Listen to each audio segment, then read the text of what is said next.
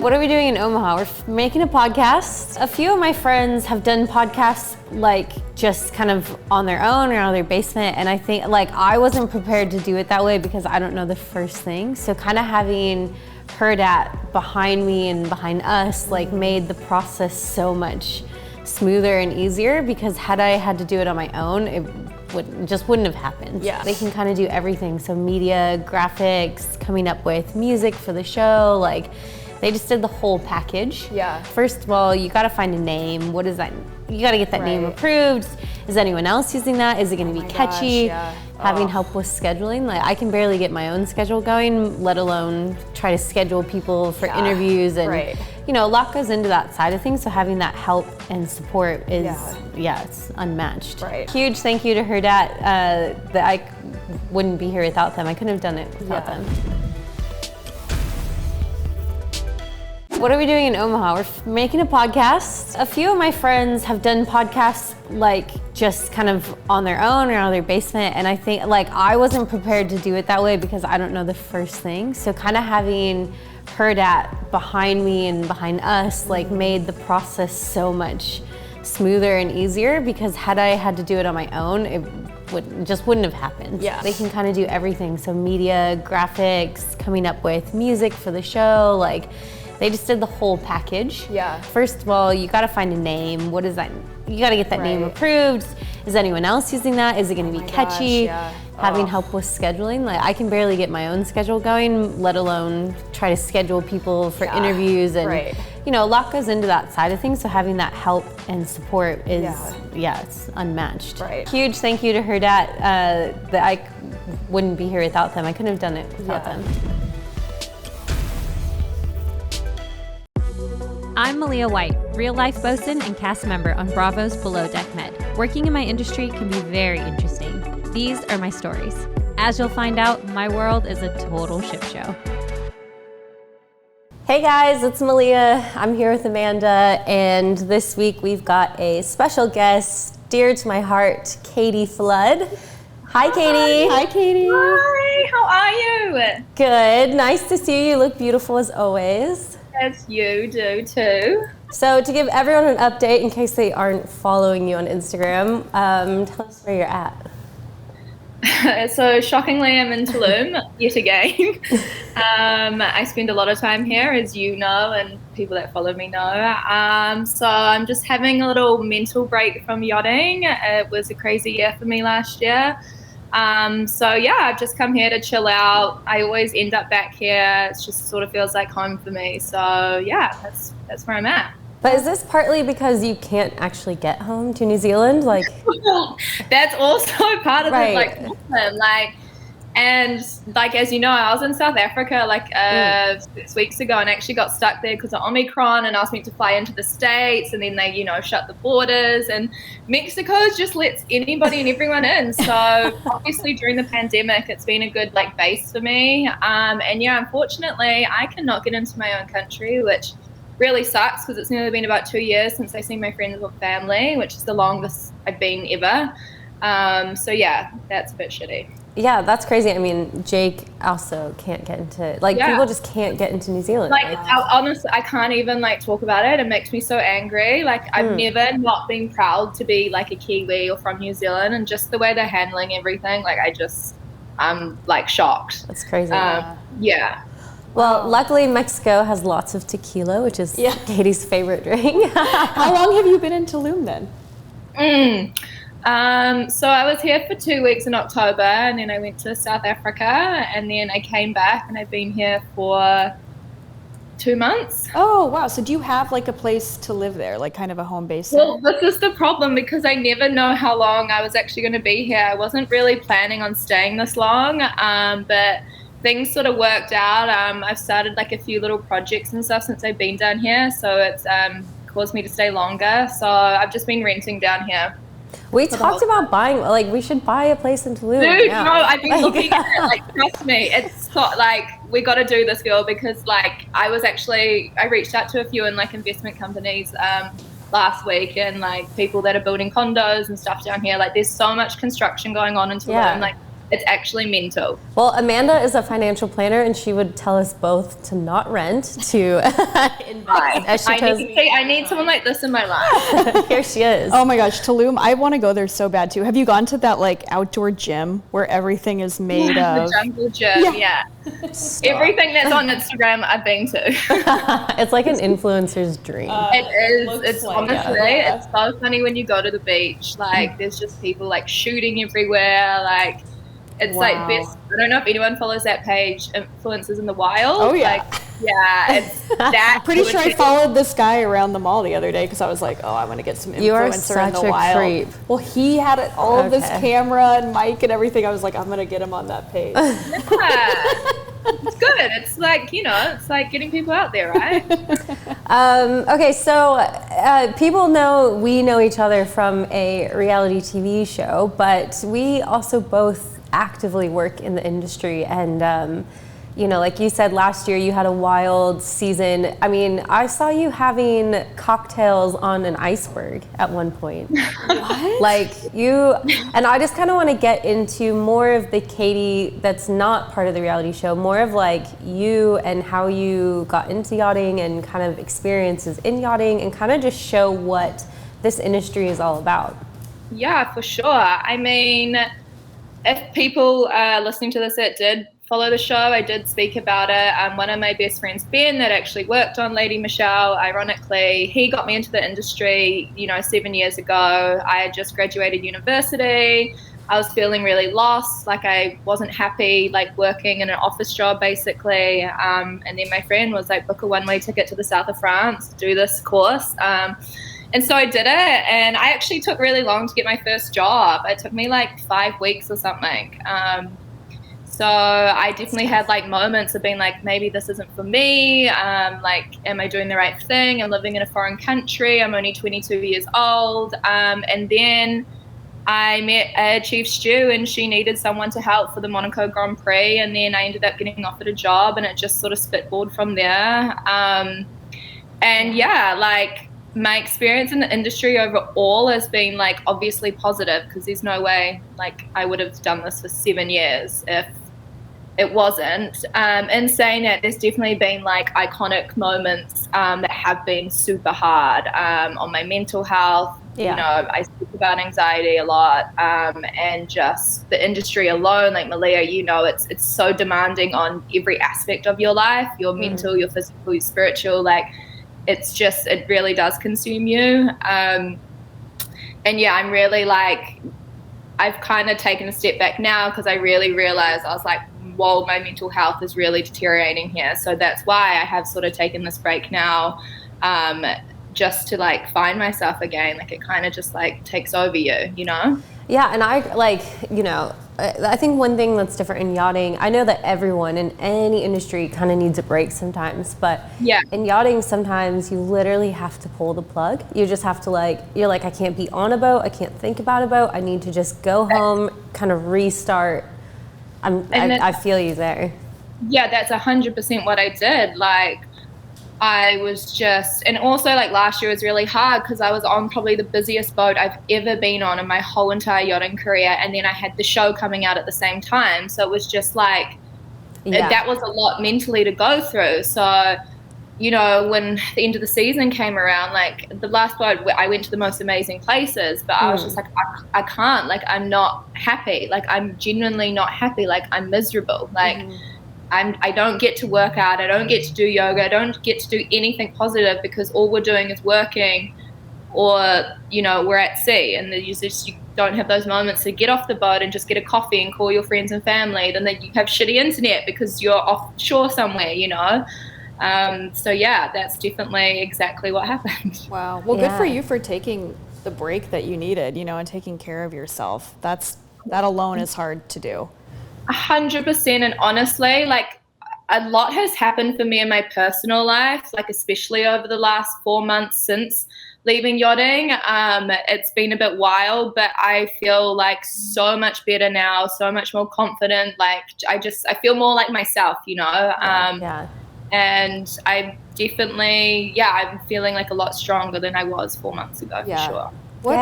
What part of like the job in yachting is it that takes the biggest toll on you, would you say?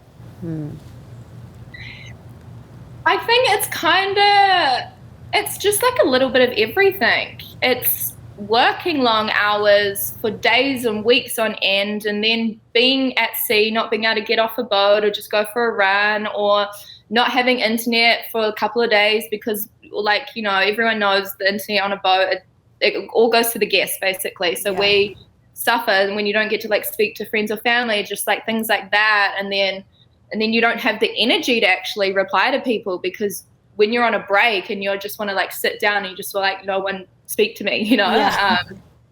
And just like living with so many people, like I actually really like that side of it, but it's just like, if you're not feeling okay, it's all those things like compact and just like kind of hit you all at once, you know? That's what I would say for me, it's the interpersonal relationships, like all the time. It can be it can be exhausting or like a little overwhelming, because you're constantly worried about like where you stand with certain crew members, or is this person mad at you, or like, you know, you all have to work together. And then it's the professional side too, like, oh, we're friends, but I'm actually your boss. So if I tell you to do something, and then, you know, like it's such an interesting industry in that way. Like, you really have to be a person that respects hierarchy. Exactly. And like, you can, like, I'm always friends with all of my crew, like my junior girls, like I'm always friends with them, but it's like, people that come into the industry need to understand that chain of command, and that it's there for a reason as well. It's there for a reason. And it's like, just because I'm telling you something at work doesn't mean like I don't like you. Like, and being friends isn't a free, and it's not a free pass, you know, just to be lazy or get out of doing something. Like my captains, you know, like, you know, like we always go out together and like you drink with them and stuff, but then it's like you show up at 8 o'clock at work the next day, and just because you were best friends last night, if they tell you to do something, they want it done now, like that's what I do, you know? Like, you just have to have that respect for sure.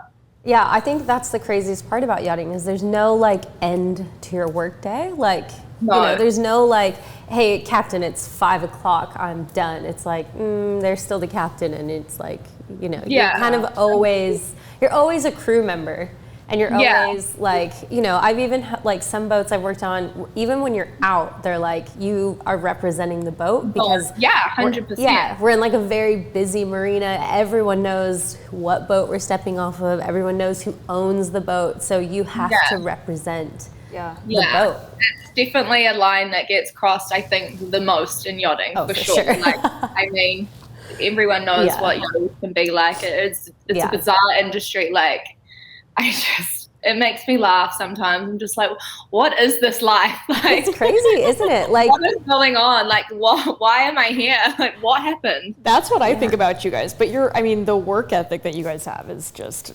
unparalleled. If you don't have it, trust me, like when I started yachting, like I came over with like 6 girls and I'm the only one standing. Like, you know, like you have to, it's a mental battle as well. You have to be mentally strong, and it's not for everybody. It's, you know, it looks glitzy and glammy, and there's definitely those highlighting parts of it, in which those are the parts that probably attract us yachties the most, you know, but I feel like it definitely teaches you a lot about yourself. Like, I feel like I don't think I would be where I am today without yachting and the experiences I've had, the crazy, the wild, the heartbreaking, the bad. It's just made me like so much stronger within myself. What's one of those, let's hear, you know, like what's one of those experiences? What's something, like an experience you've had in yachting? I know that I have a few too that I can share, but like what's an experience that you think, you know, this would only have happened in yachting, kind of thing? Well, I mean, do we want to talk about like personal or like work or? Yeah, I mean, whatever you want, like a personal one. Okay. Well, obviously, like dating in this industry is. You are preaching to the choir. Yeah. I mean, I've had the worst heartbreak of my life, and then it got, you know, shown on. It's hard enough in a normal world. I can't imagine you guys where it's like everybody knows everybody, or you're stuck on a boat with somebody, or also everyone knows your dirty laundry. So this actually, I was a lot younger at the time. It was actually after I'd just broken up with Jack, and like I've spoken about this a lot. Like mine and Jack's relationship, it was very heavy. It was very passionate. Like I was madly in love with him. Like, you know, like he was like my person. And we broke up the day I joined this boat. So I'm joining this boat trying to like have this like happy, you know, smile, and you're like meeting all the crew, and I'm like dying inside, you know, like my heart is breaking. I have so much anxiety, and I actually joined like mid-charter as well. So I was thrown straight into the deep end.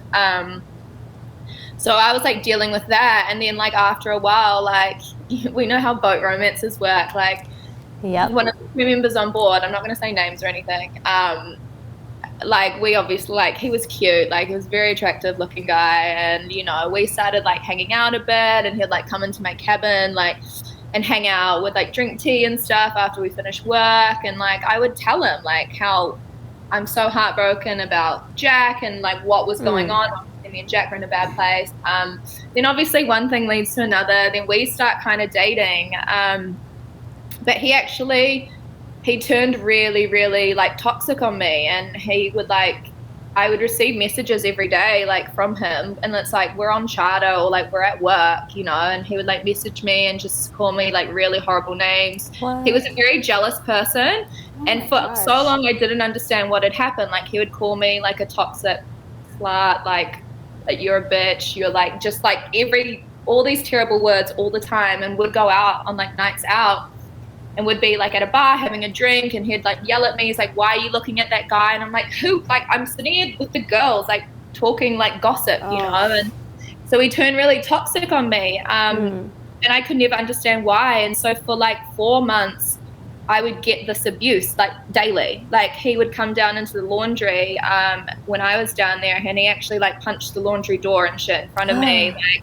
I've never been so scared in my life, because like I'd never been in that situation. Like I've always been a pretty strong woman to like step away from like relationships like that. But then because I was on a boat, you have nowhere to run.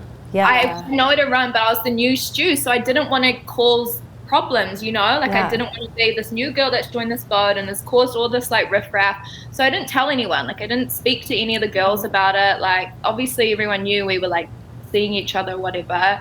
And then it wasn't actually until one day my phone was like blasting, and it was him messaging me, and one of the other stewardesses saw it, and it obviously like had like this horrible crap that he would just send to me. And she was like, what the fuck, Katie? Like, what the fuck is going on? And she really pulled me aside. She's like, this is not okay. Like, you need to go speak to the captain. I was like, no. Like, I don't want to cause a problem. Like, I was like 23 or 24 at this time. Like, I was younger. And yeah, I just was like so defeated. And it got to the point where like he would like say all this shit to me and say all these words and be like, who are you? Like, I just agreed to like what he was saying. So like, because whenever I would like fight back, he would get more aggressive, you know. And it actually like I've never been insecure in my life. And after that situation, like I was so insecure. Like he broke me, like physically. Did he outrank you as well? Was he? Yeah, he did. Yeah, which is also another kind of scary, you know, that's. Yeah, so eventually like it got to the captain, and like things got dealt with, and you know, he ended up leaving, and my captain was like, you know, Katie, like you can tell me these things. But it's like, I think I was so broken at the time, I didn't know where to run, and I was like, you know, I couldn't get away from this person because we're stuck on this boat as well. Really, so it's not like, that's scary. That's the scary part. It's like I could not get away from him, like ever. He was just always there. And then like anything I did, if I was like, obviously I'd try to ignore him, then I'd get a message, and then it's like, come and see me here. And it's just like, we're at work, like I can't do this. Like, and I mean, if it's getting to the point that he's punching the laundry door, like he, you know, he might not just like, stop at being verbally abusive. Right. Like I mean, that I would be fearful for my life. In addition to that, that's how I felt. And never in my life, and thank God I'm blessed that I've never been in that sort of situation. And that was the first time, I guess, of like an abusive like relationship I had experienced like that, and I was so scared. I finally understood what some women go through, and they realize like people are like, oh, just leave him. It's really not that simple. It's not. Like, well, and I think that's, you know, something to highlight in this industry is there is a little bit of that dark side where you do hear of these things happening on yachts, of, you know, captains using their position of power, young stewardesses, like the same story that you just described. They're new to a boat. They don't want to ruffle any feathers. They feel like they don't have the position to speak up. Yeah, and for people like, you know, for Amanda, for people who don't know how it goes, but on a boat, you're supposed to report to your, you know, your head of department. So for Katie, it would have been the chief stew. For me, it's the chief officer, and sometimes that's not comfortable because that. Well, and it could be that person. And being on a boat, that's like a whole new level of being trapped because you are literally physically trapped. And like in these situations, it's like, you can let someone go, but then it's like, then we have to get another, you know, like it's just like an ongoing effect. And so like naturally I was like just trying to hide it and deal with it myself. And so, that's you know, terrifying. Other people actually had to interfere, and like the whole crew, when they found out, like were behind me, and they were like, even like all the, you know, the deck crew, like, why the fuck did you tell us, Katie? And it's like, well, I actually was so belittled that I really like lost like sight of like you. Well, and you hadn't even healed from your heartbreak at that point. That's what I mean. So I was, it was just like, it was all too much, and I'm still young at this point. Like I'm still like learning a lot, but easier said than done. Which, you know? Which I think also like, well, currently being in a relationship on a boat too, I think like what Katie's saying is sometimes it's so hard because you have to remain professional at all times. And so you could be going through all this stuff, your phone's blowing up, and meanwhile you have to keep this face in front of the guests or in front of the captain or whatever, as in like, everything's fine, I'm like fine. A fire going on behind you. Like your heart's like melting, your whole world is blowing up, and you're just like, I actually had like the first time like me and Jack broke up, I think we broke up twice. Yeah, we broke up twice. So this was actually just before I joined this boat. I was temping back on my first boat, and I hadn't heard from him all weekend, and then he pretty much like dumped me, and I was just about to do like dinner service, and I'm like crying in the bathroom, and we're like on charter, and I'm like, get it together, Katie, like what the hell, like you have to like go out in front of the guests and be all like, hey, you know, like it's it's definitely, it's an interesting way to manage emotions and your professional side. It teaches you a lot for sure. Well, I think that's where like mental health comes. I mean, I remember when I found out that Tom was cheating on me, I was literally mid-charter,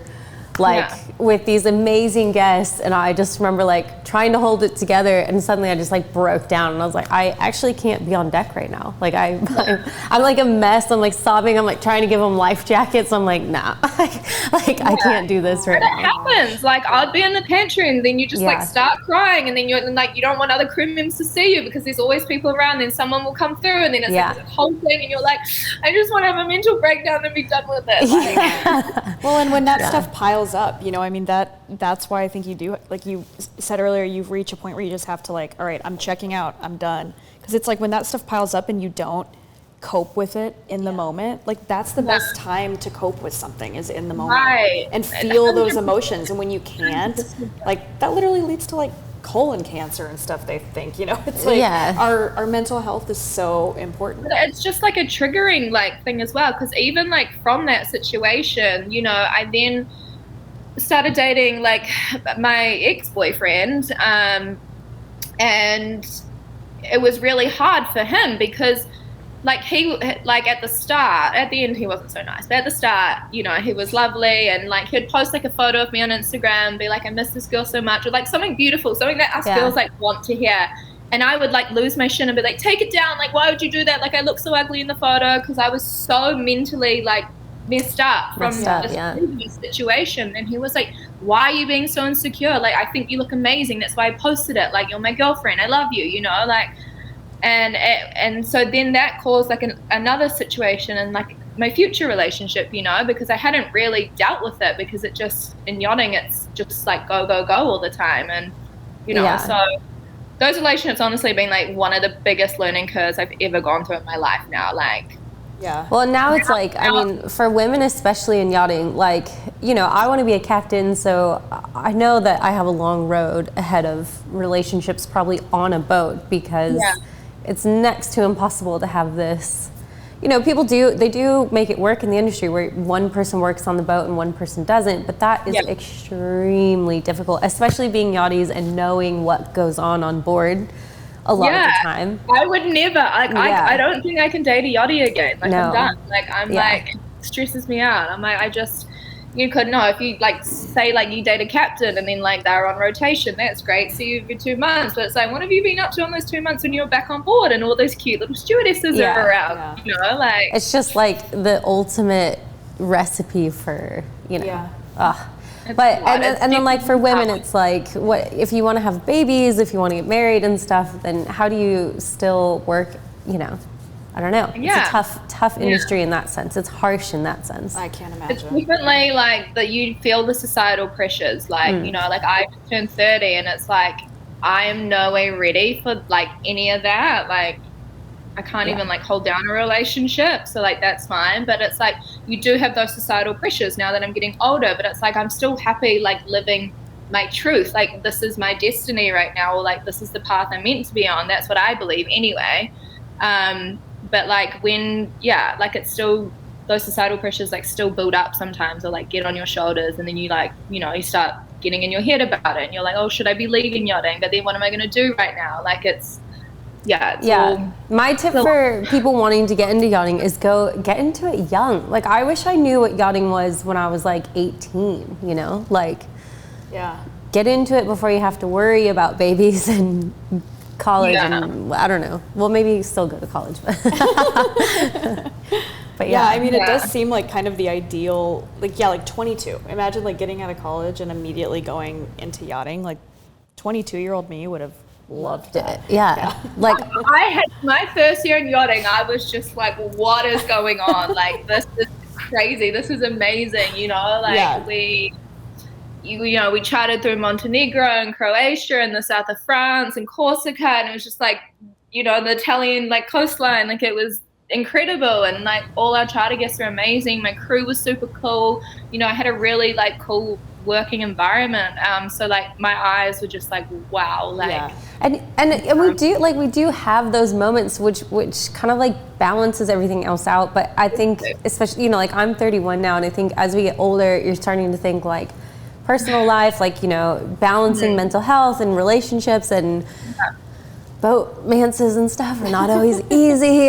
Like it's a lot, it's constantly a lot. So much, like and like you said, like even if you are in a relationship on a boat, like I was dating my chief officer for like pretty much the last year that I was on this last boat I was on, so that was like another thing. And you know, like it was like it's so hard for people not to realize like when we're not in a good place, you know, and it's like you have to keep it together. But then like he tried to kiss like one of my stewardesses and like stuff like that, and it all just becomes like fucking, it was fucked. Well, and that's a tricky one too, because chief stew and chief officer, those are both the heads of department, so some people might, you know. Oh man. I don't think on my behalf, looking back now, it was the smartest move, but you know, it happened.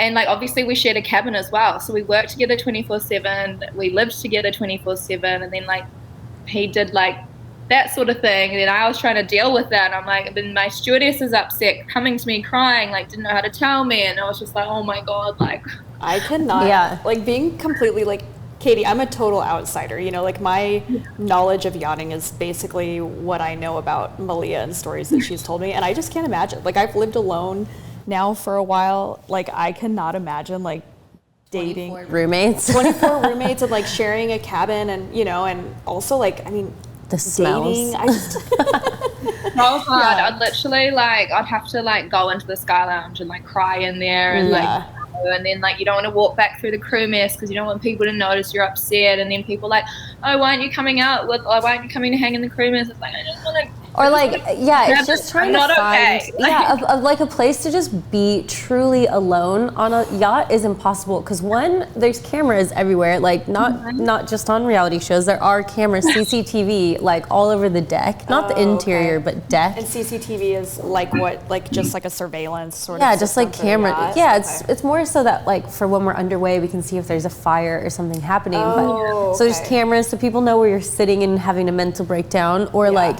you go into your cabin and your roommate comes in and they're like, "What's wrong?" And they're trying to be helpful and But comforting, all you need but you is just like space. you're like, "Leave me the hell alone. Yeah. I just want to go home." Oh my Yeah, gosh. like literally, it's definitely the hardest part of it for sure. Yeah, or sometimes even just like one thing that bothers me is when, I cry, I just want fresh air. And when you're in your cabin, like you can't open your porthole, I'm just like, I feel so claustrophobic. Oh my gosh. You know what I've noticed as well, and I think it's because we're surrounded by people 24/7, or like we're always busy, or there's like this job, it doesn't stop. Like there's no end game. Like it's just, there's always something to do. So when you are going through something mentally or in your personal life, and you do just like want to cry, you hold it in so much more because you don't want those people to see. When really, like in the reality, when I just like let myself have a like full breakdown afterwards, I'm like, okay, actually, like I feel like a little bit better. Like everything's still fucked, but I feel better. Yeah, for sure. I like definitely have to have those days where I just cry or like just jump into the ocean and like have a reset. Yeah, you need I have to like apologize to my deck crew. I'm like, I'm sorry guys, I'm just having a really off day today. That's hard. So good. Like I think now the industry, there's more awareness for mental health. Yeah, for sure. And like it's the one thing I say to my team as well. Like I always say to my stews, I'm like, you need to tell me. Like if something bad is going on in your life, like family wise, your mother's just passed away, or I don't know, or like you've broken up with your boyfriend or something, like you need to tell me, because like I will always support you. Like we need to support each other, like 100%. And we just need to talk about things. Like you don't have to tell, if you're not comfortable telling me all the inner details, or even if it's not me as your bosun, if you want to talk to someone else, but just kind of like, especially in yachting, we just need to know, like, your crewmates have your back and we're there for each other. Because like I've some of my chief stews have been amazing. Like when I've gone through like these breakups and things, I'll be like, just go to your cabin, Katie, and it's just like that's all you need is to sit in your cabin for 20 minutes and then you're like, okay, so it's like if one of my girls or stews or anyone on the boat is going through that, like I'd rather just be like, look, go sit down, like we can cover this, like we're fine, like we'll figure it out. Like there's always a plan that can be made so we can all deal with this. Like I love it. I guess the next topic is, besides personal, Amanda had a great question the other day about horror stories. Oh yeah, so like, do you have any just horror stories from your experience in yachting? I mean, dating on a boat is a horror story. I second that. Dating is life the worst. is a horror story. It's the ultimate. A boat just adds a whole new element. Actually, I had a fire on a boat once. We were in the shipyard in Amsterdam. So we were actually living ashore. So we were all living in apartments. And we were in Fed ship, and like the shipyard there is so nice. Like yachties know that Fed ships are one like of the best. Like they are the Rolls Royce of boats, So like we were back in this. We were going through a full like paint job and like getting all the maintenance and stuff done. So we're fully like in a tent, but we were in like a shed as well, and we were right next to two new builds that were like 85-meter new builds, and because so every night everyone would go home, but we still had to do watch keeping. Like that's what the captain wanted. So we still had to do like our watches, and it'd only be you on the boat, right? And like the shipyard would empty out at 5 p.m. All the like workers would go home. There's meant to be like a security guard around. But anyway, that day there'd been like a lot of alarms going off. So at the end of the day, like normally you'll check in with your chief officer, or your chief engineer or second engineer, whoever's on duty, and they'll give you a rundown. They'll be like, oh, you might get an alarm tonight for this, but it's okay, just acknowledge it. But any other alarm, like you call them for, and they should come back to the boat and deal with it. So anyway, so basically like one of the suctions and like the toilets, the alarm had been going off all day. So my chief engineer was like, just what if it happens? Just go around and flush a couple of toilets in the interior and in the crew area. I was like, okay, cool. So then it's like 9 o'clock at night. I'm like watching TV, you know, like eating my snacks.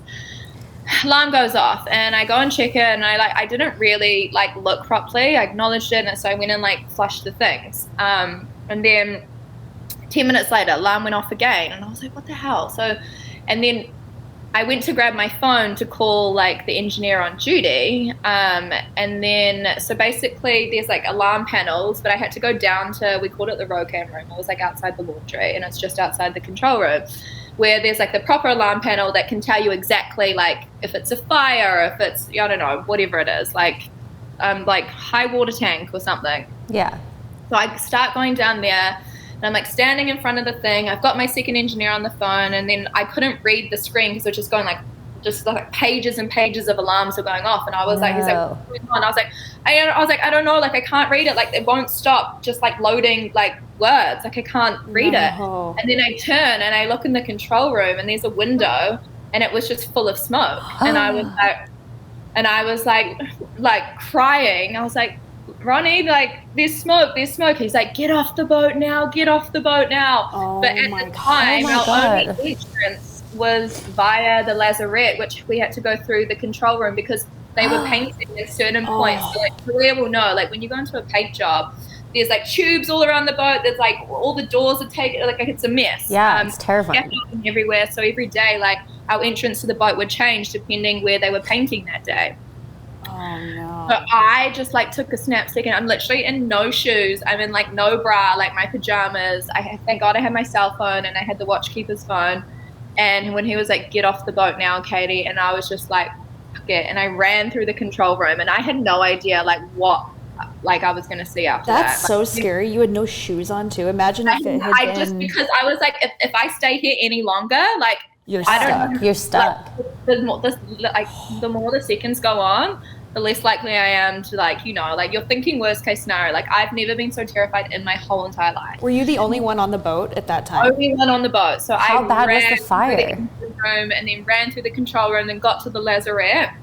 Oh. And I ran outside, and then Ronnie's like, find the, he's like, I'm going to call the shipyard, like, find the security guy. So I'm running around the shipyard, and I cannot find the security guy. The front door's locked, and I'm like, oh my God, like, if my boat goes up in flames, this new build's going to go up in flames, and this other new build's going to go up in flames, and like, I'm going to die. And then, oh my God, like 10 minutes later, finally, like, the security guy showed up, and he actually used to be like an old firefighter. So he went and checked it out. Then we had like 2 fire engines show up. We had like an ambulance show up. I had like smoke inhalation. I was like coughing. And it ended up only being an electrical fire, but the amount of smoke that it produced from that was like crazy. Like, oh my gosh, like the whole thing was on fire. That is terrifying. You are like, so lucky. And like after that, when I had to do watches again, like I couldn't sleep on the boat. Like PTSD, I'm sure. So much PTSD, and if an alarm would like go off during the night, I would like for ages I couldn't stay on the boat. That's sort of crazy. Like crazy to me that they only had one exit, like even if it's being painted. Yeah, I was just gonna talk a bit about that, like for people that don't know, but like when the boat's in the shipyard, that's a critical time. Like that's when these fires are pretty common. Really? And you now you do have to have like 2 points of exit because of just so many incidents that have happened. Do more of those types of like fires and stuff happen when it's having maintenance done in a shipyard versus out at sea? For sure. Wow, that's interesting. And like if you imagine like the boat's wrapped in like plastic and ventilation and stuff, so if it sparks or something, that thing's going up. Like Katie was saying, like it's a matter of like minutes. Oh my gosh, Katie. It's like so scary. God. Like I was like, I honestly couldn't stop crying. Like the tears were just like rolling down my like cheeks, and my chief engineer came and he was just like hugging me, and the like firemen are giving me their jackets because it's like the middle of Amsterdam winter and it's snowing outside, and I have no shoes on, and I'm just like shaking. Like, wow. Wait, how many years had you been in yachting at this point? Oh God, when was that? 2018, I think this was. So like 4 years. Okay, so I was like what an entry into yachting. Yeah, no. Like I'd been on board before and like, Okay. like I had experience, but it was just like I never actually. Normally, there's like always somebody else around on the boat when this sort of stuff happens. You feel like, yeah. Talk about the ability to react under pressure. Well, and like on my boat, they call me Safety Susan because I'm always, you know, deck crew. We're always giving like safety orientations and stuff. But this is like kind of what I want the audience to understand is more so than just like these charter people. This is our job. These are the real hazards and dangers of yachting. This is yachting. Yeah, you guys are there to keep everybody safe, you know. I mean, it's like that's our ultimate job. Like that's what we get drilled into our head. That's the course that we take to enter into this industry. It's all safety on a vessel, like firefighting, first aid, sea survival. Like that's the one initial course you have to have to get into yachting. Absolutely. Yeah, like we all do it. So we do STCW, which is basic firefighting and medical first aid and life and safety at sea, like that kind of thing.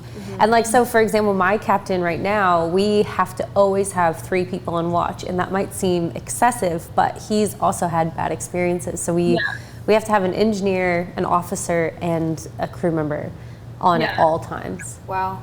I mean, that makes sense though. Like, what if somebody has like a stroke or like what if Katie didn't notice and like she became, you know, passed out or something? Right. I mean, what if scary. the smoke, what if you'd been sleeping and slept through? Which is another one, like people don't hear alarms, they don't wake up. Wow, that is terrifying. So when people ask me about yachting, I'm like, yeah, there is like this super fun part to it. There's all this like charter and, you know, what you see. But there's also the scary shit. And that's what this is for. This is the total ship show. So this is this is the ship stuff we want to hear about. Ship happens. Yeah, it's when ship happens. Well, and it's interesting. It really does. Pretty much all the time. You're just like, I feel like you get to a point where you're just kind of like, okay, this is what we're doing now. You know, like. One day it's a heartbreak, one day it's a fire, the next minute you're like running aground. It's like, this is my life now. It makes you adapt to life. Like now, like I feel like I'm so comfortable with just going with the flow, seeing like what happens, where the universe takes me. But that's because if you don't have that mentality in yachting, because like you never know where you're going to be, because plans change all the time as well. So you can be like, oh, I'm kind of Florida next week, and then it's like, oh no, actually crossing back to the Med, or like like I know. You have to be so just willing to be like, okay, cool. Yeah, you're kind of like, you're like not in control of your life in a certain way, and sometimes it's really, really draining. I can't imagine. It's hard enough being, you know, Malia's best friend and being like, hey, I want to do something with you and meet up with you. What's your schedule like? She's and like, it's, no. Literally I'm have like, no well, idea. we could be in Mexico or we could be in Europe. I'm not really sure. Like even right now, I'm like, okay, in 2 days, are you coming back to Colorado with me or not? And she's like, I don't know yet. She's like, I'll let you know tomorrow. Exactly. Yeah, I'll let you know like an hour before the flight. Yeah, exactly. Well, like that's how it works. Like I tell my friends that are like overseas and they're like, oh, I'm going to be there. And I'm like, yeah, I'll literally book a flight an hour before and I'll let you know. Like that's how this works. That's our life. It looks glamorous, but it's not. Right. Oh my gosh. So Katie, what's next for you? Like, are you going to go back on charter, go back to yachting, or? Yes, I am. I've had a few interviews and stuff, so I'm just waiting to hear back. So I think I'll be in Florida probably within the next 2 weeks. So yeah, I've been hanging on by a string with yachting, but I think I'm going to give it one last shot. I'm feeling like in a way better place than I was. And yeah, I just kind of want to see the year out and, you know, see what happens next year. But I've also been working on like a few little things while I've been down here. I can't really talk about it just yet. So in the future, there will be some exciting things happening. It's just, it's I'm trying to poach Katie on my boat. Oh, that's awesome. Yeah. That's awesome. With your captain, actually. So that's how I knew. Awesome. Good luck. That's amazing. If you need a break, too, come to Colorado. I'll show you around Denver. Show you Katie would love Denver. Yeah, you should come. We should go to Tulum before she leaves. I know you're tired, but... That sounds good. But okay, well, it's been great chatting with you and catching up. Thank you for sharing all your personal stories. I love you for that. And if you're headed to Fort Lauderdale, let's grab a wine. Of course, darling. I would never not do that. All right, I love you. So nice to meet you. I love you. Miss so you. Nice to meet you. Bye, guys. Bye. Cool. All right. You ready for your fan question? I am. Let's hear it. Perfect. All right, so from Georgie Restall, what do you do when you're not filming? She's in Denver with me. Yeah, I wish. I work. I constantly. So the funny thing is I work. So I work full time on a boat. So to film, I have to get time off. And filming is what, 6 weeks? You said. Yeah. So I get time off to film, and then I go right back to working. And I work in yachting. So I'm currently bosuning on a 72 meter. Yes, love it. All right, from Awake for Standing Rock, what did you do to get the first yachting job? So you go get your STCW. So once I had my STCW, I then did my 100-ton captain's license because I had the sea time already from working on boats before. And then you basically put together a resume, and my resume, you know, I teach scuba diving, I worked on dive boats. I'd never worked on a yacht, but I had customer service, I was a nanny in college, so anything that's relevant to working, you know, in the industry. So like, you know, some boats hire just nannies, they hire personal trainers, anything that's relevant. Put that on your resume, and then you go around to crew agents, and crew agents, you sign up with these crew agencies, and they start putting your resume out there, and then, you know, a boat will go through a crew agency, and a boat will say, I'm looking for a female deckhand, you know, what do you got? And then the crew agent will say, well, I've got this, you know, and that's how I got my first job. Awesome. I would say too, you know, like if, for people who don't have like that type of experience, like go work in a restaurant, like get service experience. Service experience. I mean, look at interior girls. I mean, any kind of bartending, serving, anything like that is a huge help. I mean, even financial stuff, like we have pursers, so accountants, people who, you know, are just good with like Microsoft Excel. I didn't know what a purser was. Yeah, so a purser works with the captain and does basically accounts. They basically are an accountant on a boat. Okay. But you do like you can do a purser's course, and so they get paid good money. Yeah. And they, you know, they assist the captain, and they get to do some paperwork and stuff. It's it's a really good gig. Okay. I have a question too. I mean, for people that don't live in Fort Lauderdale, the STCW, is that really like, can people get that in any state, or do you really have to go somewhere that has a yachting industry to be able to even take that course? Yeah, so I would say you have to get it at a maritime school. Not necessarily yachting, because it, you know, a lot of the guys that work on oil rigs, any commercial industry, they've got to have it as well. Anyone that works at sea has to have it.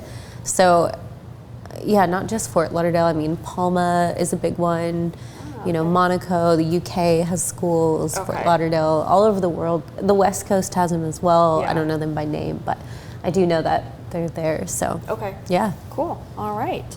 From S. Lindback, how did you get the job as a deckhand? So, yeah, like I've touched on before, but I started as a deck stew, got experience, but then I said, you know what, I just want to be a deckhand. And I went back to the crew agents and I said, you know, I'm not a deck stew, I'm a deckhand. Take it off my resume. Yeah, this is what I am. And fortunately for me, I found a boat that was looking for a female deckhand. And then, you know, that's kind of interesting too, is boats can specify, do they want females on deck? Do they want men on the interior? Do they want a female chef? Do they want a male chef? Do they want a female? And a lot of the times it's not, a lot of the times it comes down to cabin arrangements. Some boats it comes down to, you know, the icky stuff. We don't want girls on deck, or we don't want guys as stewards, you know. But I feel like that's fading out of the industry a lot. So it's more, it comes down to cabin arrangements, like for example, on my boat currently, I have in my deck crew, I have 2 females, so that's awesome. That is awesome, yeah. So it's me with 6 people under me, 6 people in my team, and 2 of them are female. That's amazing. Yeah. That's so cool. Yeah. All right, and from Palo Alves, hi Malia, how can I start in yachting life? I'm new on it and I feel a bit lost. Yeah, this seems to be a trend in the questions. And the thing is with yachting, you just got to give it a go. Like, just go get that STCW, get it at a maritime college, maritime school. I think it costs about $1,200. And if you enjoy the class, so like another thing about it, during the class, you're gonna have to tread water, you're gonna have to like swim.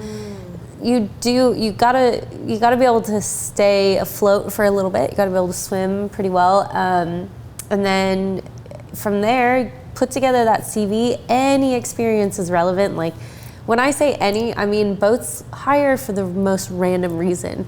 Like the boat that hired me to go to the South Pacific, I actually got hired because I said I like to exercise on my CV, and they were like, "Great, we want a fit, healthy crew," because they're just looking for that little bit that sets you out from the rest. So, you know, there's masseuse, there's hairstylists, there's PTs, divers. Cat lady might even get job. I mean, who knows? The owners might be the owners of a cat company, and they want people that like cats. Languages set you apart for sure if you speak different languages. I was thinking, like, I'm trying to rack my brain of if you live in like a landlocked area, what is some experience that you could get to help with a deckhand? And IT experience, anyone that knows anything about flying a making videos, because you know, these people go to cool places, they have these cool family vacations, they want cool videos. So like a big thing on deck now is hiring people that have video experience, cameras, drones, like GoPros. Lifeguarding, I would think. Lifeguarding experience on deck, hell yeah. Like if you live in Colorado, go rafting. Raft anything, like, because you know, we take the guests out kayaking, we go on the excursions with them as someone to help be there. Any kind of water experience or training. Wow, okay, awesome. And then from Travis Ames, what has been the best boat to work on, and how many crew? Well, it's probably my current boat at the moment. I can't name drop, I won't name drop, but I've been on that boat for 2 years because I absolutely love the family. So when it comes to yachting, you work for, you know, I work for a private family, but then we also charter the boat. So I've just kind of like really fallen in love with the family that I have. They have kids that have I get to teach to scuba dive, and that's amazing. Yeah, they become your second family because you're away from yours for so long. And you've got a big crew on that boat. Yeah, we've got 24 crew, Another memorable boat is the one that I was on the South Pacific. I had like the coolest crew. Like I still, you know, I miss them a lot. But yeah, we just got to go all over the South Pacific. That's another thing, like you meet this crew and you have these awesome crew members, and then you're like, become best friends, and then it's like, see ya when I see ya. It's so weird, because you like become like family, because you're living with them. Yeah, but then they leave the boat, or you leave the boat, something happens, and you're like, okay, I guess I'll see ya in Monaco in March or something, you know, you're like, okay, bye. That's so amazing though. Yeah. Awesome. Yeah. Perfect. Well, that wraps up our episode with Katie. Yeah. She was great. Thanks for listening, guys. Reminder to follow and subscribe on all Total Ship Show socials, and stay up to date with all the latest episodes. Thanks for joining us.